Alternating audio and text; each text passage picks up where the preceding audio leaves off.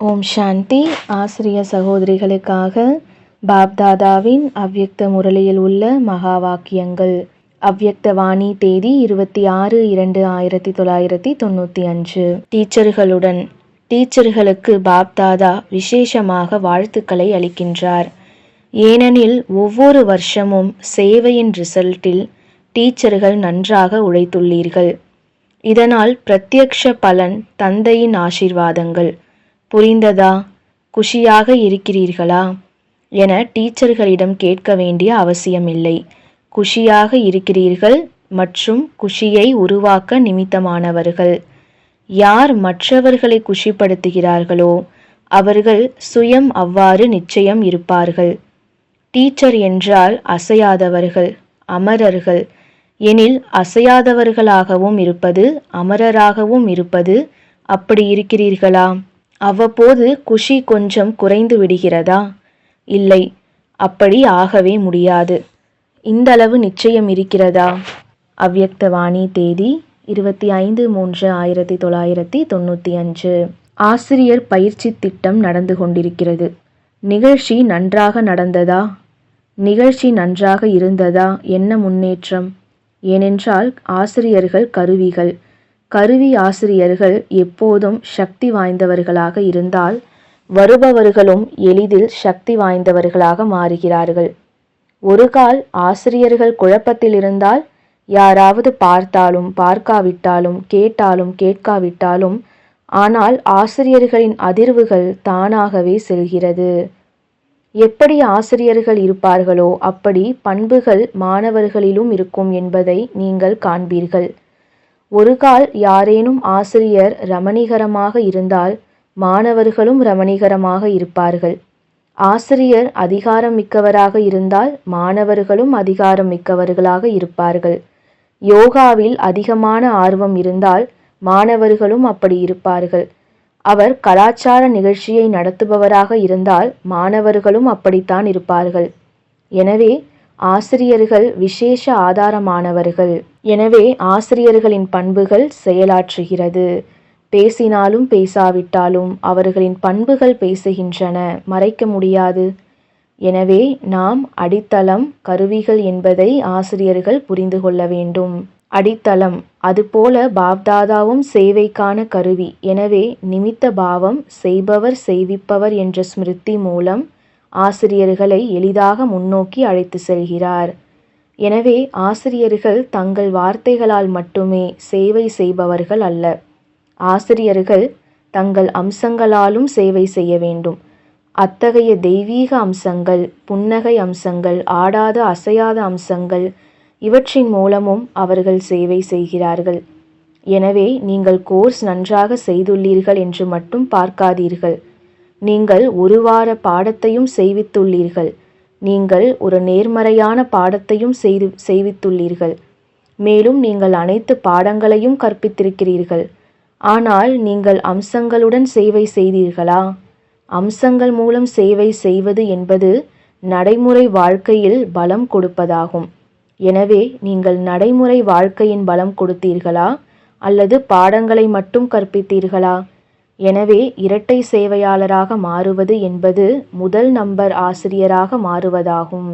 அவ்யக்த வாணி தேதி 6/4/1995. ஆசிரியர்கள் குறிப்பாக இந்த இலக்கை மனதில் கொள்ள வேண்டும். ஒவ்வொரு சூழ்நிலையிலும் சூழ்நிலைகள் மாறலாம், ஆனால் ஸ்திதி மாறக்கூடாது. ஸ்திதி எப்போதும் பொக்கிஷங்களால் நிறைந்திருக்க வேண்டும்.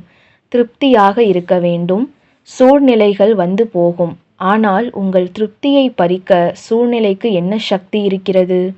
எனவே நீங்கள் சூழ்நிலைகளின் விளையாட்டை பலே பாருங்கள், ஆனால் சாட்சியாகி திருப்தியின் இருக்கையில் அமர்ந்து பாருங்கள். எனவே ஆசிரியர்கள் என்றால் எப்போதும் சம்பன்னம் மற்றும் திருப்தி. ஆசிரியர்களின் பட்டம் திருப்தி ரத்தினங்கள். அப்படித்தான் இல்லையா? எப்போதும் திருப்திமணிகள். அவ்யக்த வாணி தேதி 7/11/1995. ஆசிரியர்களுக்கு கூட சந்திப்பதற்கான வாய்ப்பு கிடைக்கிறது. பாப்தாதாவுக்கு ஆசிரியர்கள் மீது மிகவும் அன்பு இருக்கிறது. இதற்காக கைத்தட்டினீர்கள். ஆனால் அதன் பின்னால் இது போன்ற விஷயங்களும் உள்ளன. பொதுவாக பாப்தாதா ஆசிரியர்களை முற்றிலும் சமமான பார்வையுடன் பார்க்கிறார். அவர்கள் தந்தைக்கு சமமான கருவிகள். இருப்பினும் எப்பொழுது இப்படியும் அப்படியும் தலைகீழான நடனமாடும்போது மனதிற்கு பிடிப்பதில்லை. அவ்வப்போது அப்படி நடனமும் ஆடுகிறார்கள். அப்போது அனைவரும் சொல்கிறார்கள், நிறுத்துங்கள் நிறுத்துங்கள் என்று. எனவே ஆசிரியர்கள் இது போன்று ஏதாவது செய்யும்போது பாப்தாதா, குறிப்பாக பிரம்மா பாபா, தனது கண்களை தாழ்த்தி கொள்கிறார். ஆசிரியர்கள் இவ்வளவு கவனம் வைக்க வேண்டும். ஆசிரியர்களுக்கு மிக நல்ல பட்டம் உள்ளது. பேட்ஜ் கூட மிக விரைவாக அணிந்து கொள்கிறீர்கள். ஆனால் ஆசிரியர் என்பதன் அர்த்தம் தந்தைக்கு சமமானவர்கள். குறிப்பாக பிரம்மா பாபா ஆசிரியர்களை இதயபூர்வமாக நேசிக்கிறார். ஆனால் சில நேரங்களில் அவர் தனது பார்வையை தாழ்த்தவும் வேண்டியிருக்கிறது. எனவே இதை செய்யாதீர்கள். மற்ற அனைத்தும் நல்லது. தமிழ்நாடு வளர்ச்சி நன்றாக செய்துள்ளது. மேலும் ஒரு சிறப்பம்சம் என்னவென்றால், தன்னுடைய கரங்களையும் நீட்டுகிறார்கள், சேவையையும் அதிகரித்து கொண்டே செல்கிறார்கள். பல ஆசிரியர்கள் உள்ளனர். இப்போது இவற்றை கூட உதாரணமாக காண்பிப்போம். பாருங்கள், எவ்வளவு நல்ல ரத்தினம் வெளிப்பட்டது. மேலும் அட்வான்ஸ் பார்ட்டியில் கூட நல்ல பாத்திரத்தை செய்து கொண்டிருக்கின்றனர். ஆக செய்வார்கள் இல்லையா?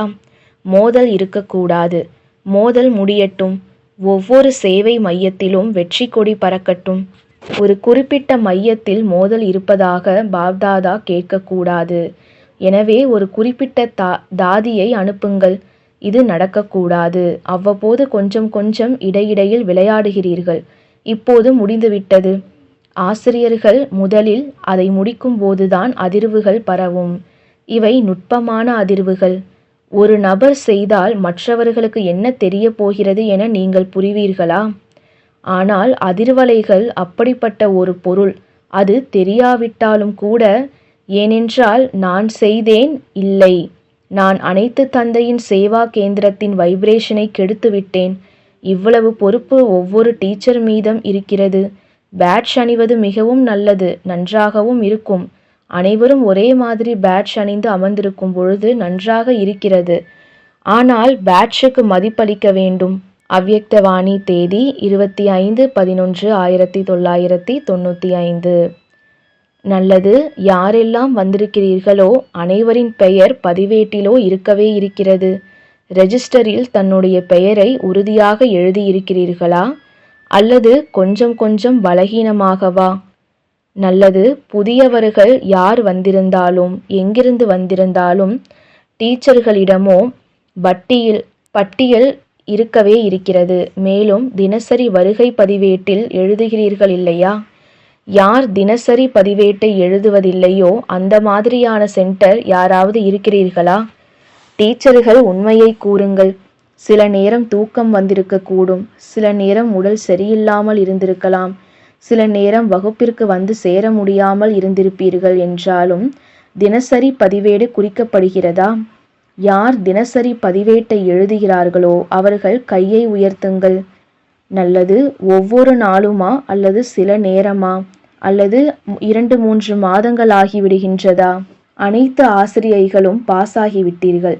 எனவே கைத்தட்டுங்கள். புதியவர்களுக்கு முதலில் கொஞ்சம் போதை இருக்கிறது. பின்பு மெதுமெதுவாக குறைந்து விடுகிறது. அப்படி புதியவர்கள் யாரையெல்லாம் அழைத்து வந்திருக்கிறீர்களோ, சகோதரர்களாக இருந்தாலும் சரி, சகோதரிகளாக இருந்தாலும் சரி, அவர்களின் 3-4 மாதத்திற்கு பிறகு ஏனெனில் முதலில் சிறிது நஷா இருக்கிறது, பின்னால் சிறிது சிறிதாக குறைந்து விடுகிறது. ஆக 4 மாதத்திற்கு பிறகு எவ்வளவு புதியோர்கள் வந்தார்களோ அவ்வளவு பேரும் நிலையாக இருக்கிறார்களா அல்லது சுற்றி வர சென்று விட்டார்களா? ஏனென்றால் சிலர் சுற்றுவதற்கும் சென்று விடுகிறார்கள். 2 வருடங்கள் மாயாவின் யாத்திரை செய்துவிட்டு பின்பு இங்கு வந்து சேர்ந்து விடுகிறார்கள்.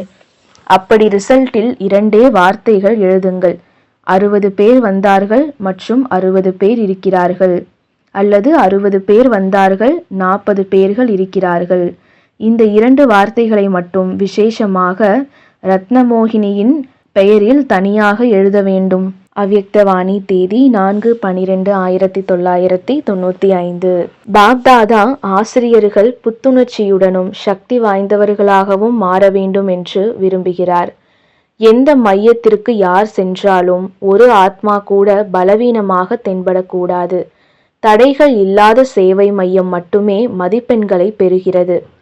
இந்த மண்டலத்தில் 1000 மையங்களும் 1000 கீதை பள்ளிகளும் இருந்தால் பாப்தாதா மகிழ்ச்சி அடைய மாட்டார். மண்டலத்தில் மோதல் அல்லது புகார் இல்லை என்றால் பாப்தாதா மகிழ்ச்சி அடைவார்.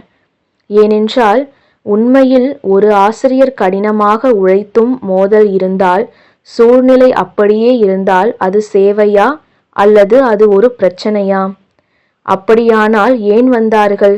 ஏன் பிரம்ம குமாரர்களாகவோ அல்லது பிரம்ம குமாரிகளாகவோ மாற வேண்டும்? பிரச்சனைக்காகவா? இந்த பிரச்சனையே தேவை என்றால் உலகில் நிறைய இடம் இருக்கிறது. பாப்தாதா அந்த இடங்களின் முகவரியையும் கொடுக்க முடியும். ஆனால் பிரம்மா குமாரர்களாகவும் பிரம்மா குமாரிகளாகவும் மாறுவது என்பது சந்திப்பு விழா கொண்டாடுவது, பிரச்சனையை உருவாக்குவது அல்ல. பாருங்கள், நீங்கள் இப்போது வந்துவிட்டீர்கள் என்றால் எந்த லட்சியத்துடன் வந்திருக்கிறீர்கள்? பிரச்சனைக்காக வந்திருக்கிறீர்களா? சந்திப்பை கொண்டாட வந்திருக்கிறீர்களா? சந்திப்பை கொண்டாட வந்திருக்கிறீர்கள் என்றால் நன்றாக இருக்கும் இல்லையா? எனவே எந்த நேரத்திலும் மாணவராக இருந்தாலும் சரி அல்லது டீச்சராக இருந்தாலும் சரி, அனைவரும் மாணவர்கள். ஒருபோதும் பிரச்சனையை உருவாக்க வேண்டாம். பிரச்சனையை உருவாக்குவது என்றால் என்ன சொல்ல முடியும்? பாப்தாதா எதையும் சொல்ல நல்லதாக இருப்பதில்லை. எனவே அது டீச்சராக இருந்தாலும் சரி, மதுபனாக இருந்தாலும் சரி, மதுபனின் துணை சேவை மையங்களாக இருந்தாலும் சரி, கீதா பாடசாலைகளாக இருந்தாலும் சரி, உங்கள் மண்டலத்தின் துணை சேவை மையங்களாக இருந்தாலும் சரி, மையமாக இருந்தாலும் சரி, யார் தங்களை பிராமண ஆத்மா என்று அழைத்துக் கொள்கிறார்களோ, இல்லையெனில் உங்களை பிராமணர் என்று அழைக்காதீர்கள். உங்களை சத்திரியர் என்று அழையுங்கள். பிராமணர் என்ற பெயரை கெடுக்காதீர்கள். பிராமணர் என்றால் வெற்றியாளர். நீங்கள் பிரச்சனையை உருவாக்கினால் நீங்கள் ஒரு சத்திரியர், பிராமணர் அல்ல. ஆசிரியர்களுக்கு நல்ல வாய்ப்பு கிடைக்கிறது. அவர்கள் கடினமாக உழைக்கிறார்கள். அவர்களின் சோர்வு இங்கே நீங்குகிறது. உங்களுக்கு இங்கே ஓய்வு கிடைக்கிறதா அல்லது இங்கே பார்ட்டியை பற்றியும் கவலைப்படுகிறீர்களா? உண்மையில் மதுபனின் அன்றாட நடவடிக்கை நேரமில்லாத அளவுக்கு அமைக்கப்பட்டிருக்கிறது. பிஸியாக இருக்க விரும்பினால், வகுப்புகளின் லாபம் எடுக்க விரும்பினால், அப்போது மாணவர்களுக்கு அவகாசம் கிடைக்கிறதா? மதுபனில் ஓய்வாக இருக்கிறீர்களா? பாண்டவர்களிடம் கேட்கிறார்கள், நீங்கள் வகுப்புகளில் பிஸியாக இருக்கிறீர்களா? மதுபனில் இதை பற்றியும் அதை பற்றியும் பேச உங்களுக்கு ஓய்வு நேரம் கிடைக்கிறதா? வகுப்புகளில் பிஸியாக இருக்கிறீர்களா? எல்லா வகுப்புகளிலும் கலந்து கொள்கிறீர்களா? நிச்சயமாக வகுப்புகளுக்கு செல்ல வேண்டும். ஏனென்றால் ஒவ்வொரு ரத்தினத்தில் பாப்தாதா அல்லது நாடகத்தின்படி ஏதாவது ஒரு சிறப்பு நிரப்பப்பட்டுள்ளது. எனவே வகுப்பை யார் நடத்தினாலும் அது இன்னாரின் வகுப்பாக இருந்தால் எல்லோரும் ஓடிவிடுவது, அது வேறொருவரின் வகுப்பாக இருந்தால் பாதி திரும்புவது போல அல்ல. வகுப்பை நடத்துபவருக்கு ஒரு சிறப்பு இருக்கிறது மற்றும் உங்களிடம் அனைவரும் வரவும் முடியாது. இங்கே சந்திக்கிறோம். சரி, எல்லா வகுப்புகளிலும் கலந்து கொண்டு ஒன்றை கூட தவறவிடாதவர்கள் கைகளை உயர்த்துங்கள். சரி, ஆசிரியர்கள் தங்கள் வேலையை முடித்து விடுகிறார்கள். நீங்கள் அதிகாரப்பூர்வ சுற்றுகளுக்கு செல்வது நல்லது. ஆனால் வகுப்பு நேரத்தில் வகுப்பை விட்டு வேறு எங்காவது அலைந்து திரிந்தவர்கள் கைகளை உயர்த்துங்கள். சரி, இப்போது இப்படி செய்யாதீர்கள். வகுப்பில் பல விஷயங்கள் சரியான நேரத்தில் பயனுள்ளதாக இருக்கும். இப்போது கேட்கும்போது நிறைய கேட்டிருப்பதாக நினைக்கிறீர்கள்.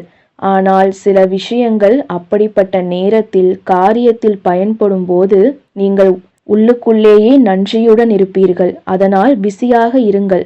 மதுபன் என்றால் படிப்பில் மும்முரமாக இருப்பது. ஓய்வெடுங்கள், சாப்பிடுங்கள், குடிக்கலாம், வேடிக்கையாக இருங்கள், அதை செய்யுங்கள். ஆனால் சரியான நேரத்தில். நல்லது. புதிய மாணவர்கள் புதிய விஷயங்களை அறிந்து கொள்கிறார்கள். படிப்பில் கவனம் மிகவும் முக்கியம். படிப்பு என்றால் கேட்பது மட்டுமல்ல. படிப்பு என்றால் கேட்பது மட்டும் அல்ல. படிப்பின் பொருள் கேட்பது மற்றும் செய்வது. சரி, எல்லோரும் மகிழ்ச்சியாக இருக்கிறீர்கள் தானே? மகிழ்ச்சி அற்றவர்கள் அல்ல, மகிழ்ச்சியாக இருக்கிறீர்கள். அவ்யக்த வாணி, தேதி 13/12/1995. டீச்சர்கள் என்ன நினைக்கிறீர்கள்? முன்னுக்கு அமர்ந்திருக்கிறீர்கள் என்றால் வரிசை எண்ணும் முன்னதாக பெற வேண்டும் இல்லையா? குறைந்த நிலையில் இருந்து விடாதீர்கள். நான் பூர்வஜானவன் மற்றும் பூஜைக்குரியவன் என்ற போதையை வைத்துக் கொள்ளுங்கள். அப்படி எவ்வளவு பெரியவரோ அவ்வளவு பெரிய பொறுப்பு இருக்கிறது. பெரியவராவது என்பது குஷி அடைவதற்கான விஷயம் மட்டும் இல்லை. பெயர் பெரியது என்றால் செய்ய வேண்டிய காரியமும் பெரியது. அனைத்து டீச்சர்களும் குஷியாக இருக்கிறீர்களா? அல்லது ஏதாவது ஆசை இன்னும் மனதில் இருக்கிறதா? ஏதாவது இச்சை இருக்கிறது என்றால் நல்லவராக விடாது. ஒன்று இச்சையை நிறைவேற்றுங்கள் அல்லது நல்லவராக ஆகுங்கள். இது உங்கள் கையில் இருக்கிறது. மேலும் இந்த இச்சை அந்த மாதிரியானது. எப்படி நீங்கள் வெயிலில் நடந்து செல்கிறீர்கள் என்றால் உங்களுடைய நிழல் உங்கள் முன் சென்று கொண்டிருக்கும். மேலும் நீங்கள் அதை பிடிக்க முயற்சி செய்தால் பிடிக்க முடியுமா? மேலும் நீங்கள் பின்னால் திரும்பி சென்று விட்டீர்கள் என்றால் நிழல் எங்கே செல்லும்? உங்கள் பின்னாலேயே வரும். அப்படி இச்சை தன் பக்கம் கவர்ந்து அழ வைப்பது பின்னாலேயே வரும். மற்றும் இச்சையை விட்டுவிட்டீர்கள் என்றால் அது உங்கள் பின்னாலேயே வரும். யாசிப்பவர் ஒருபொழுதும் சம்பன்னம் ஆக முடியாது. மேலும் எதையும் யாசிப்பதில்லை. ஆனால் ராயல் யாசிப்பதோ மிக அதிகமாக இருக்கிறது. ராயல் யாசிப்பது என்னவென்று தெரிந்திருக்கிறீர்கள்தான் இல்லையா?